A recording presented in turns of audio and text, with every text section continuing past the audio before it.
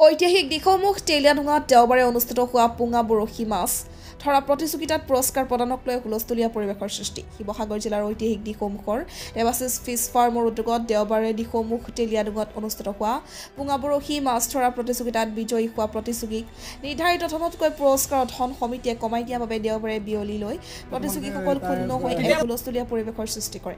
আজিকালি একাংশই বিভিন্ন ধৰণৰ প্ৰতিযোগিতাত প্ৰতিযোগী গোটাবৰ বাবে প্ৰাইজ মানি ঘোষণা কৰে আৰু প্ৰতিযোগিতা শেষ হোৱাৰ পাছত বিজয়ী প্ৰতিযোগীক বিভিন্ন অজুহাত দেখুৱাই নিৰ্ধাৰিত ধনতকৈ কম ধন দিয়াৰ গুৰুতৰ অভিযোগ সঘনাই উত্থাপিত হৈছে।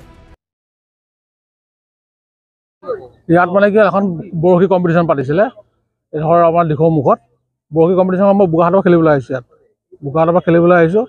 সৰু দুটাই মাছ পাইছোঁ, কিন্তু ইয়াত ৰেহাই দিছে। এতিয়া লাষ্ট প্ৰাইজ ডিষ্ট্ৰিবিউশ্যনৰ সময়ত প্ৰাইজত খেলি মেলি কৰিছে।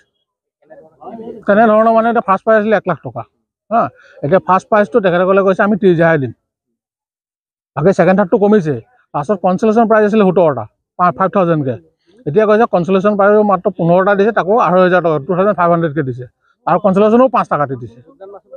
যোগদান মাত্ৰ 2,000 টকা। আমাৰ লাগে মানে কি ঠিক আছে, মানুহ নাই হোৱা মানি লৈছোঁ, কিন্তু ফাৰ্ষ্ট প্ৰাইজটোত 1 লাখ আছিলে, তেখেতসকলে 50 দিয়ক। আৰু কনচলেশ্যনকেইটা কেলৈ কাটি দিছে? কনচলেশ্যনকেইটা 17টা আছিলে 17টাই দিয়ক, অলপ কম কৰি দিয়ক।